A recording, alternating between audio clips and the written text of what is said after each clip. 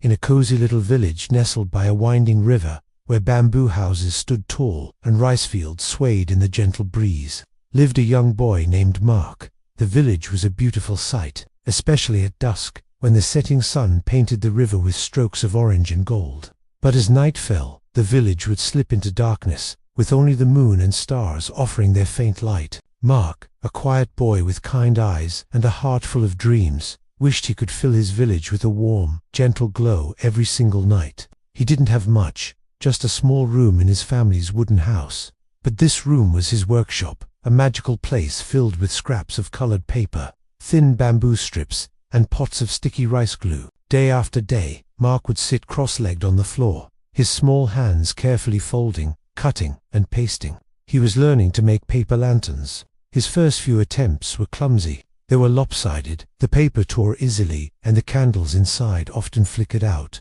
But Mark didn't give up. He studied the way the wind blew, how the paper bent, and how the flame danced. He learned that every fold, every cut, and every dab of glue mattered. Slowly, his little workshop began to fill with beautiful lanterns.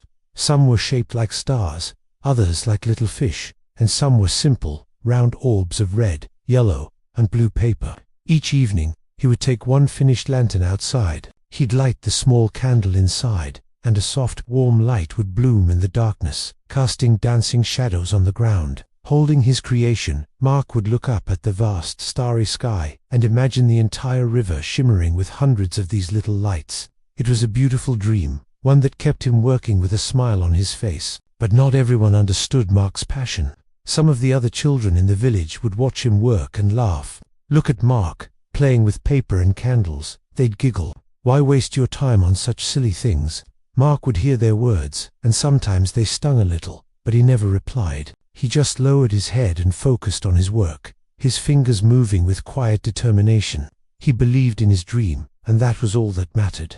He knew that his lanterns were more than just paper and light. They were tiny vessels of hope.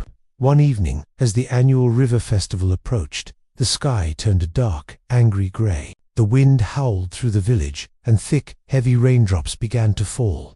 A great storm had arrived. Villagers rushed to secure their homes, and the festive decorations that had been put up were torn down by the wind. The beautiful lanterns that others had bought from the market were quickly soaked and destroyed, their delicate paper dissolving into a pulpy mess. The whole village was plunged into an even deeper darkness, the sound of the storm filling the air with a sense of gloom. It seemed the festival would be ruined. But then, a small light appeared on the river, and then another, and another. It was Mark's lanterns.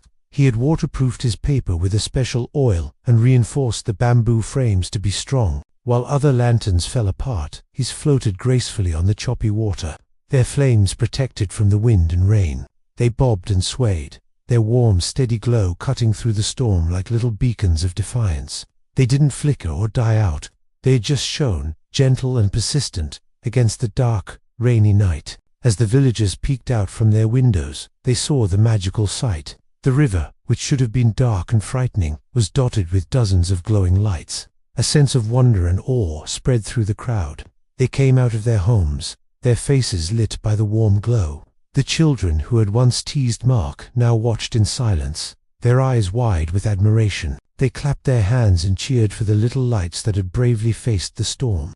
Mark stood by the riverbank, his heart swelling with a joy he had never felt before. Seeing his village united and smiling, all because of his little lanterns, was the greatest reward. The storm eventually passed, leaving behind a clear, star-filled sky. The river festival went on, illuminated by Mark's handmade creations.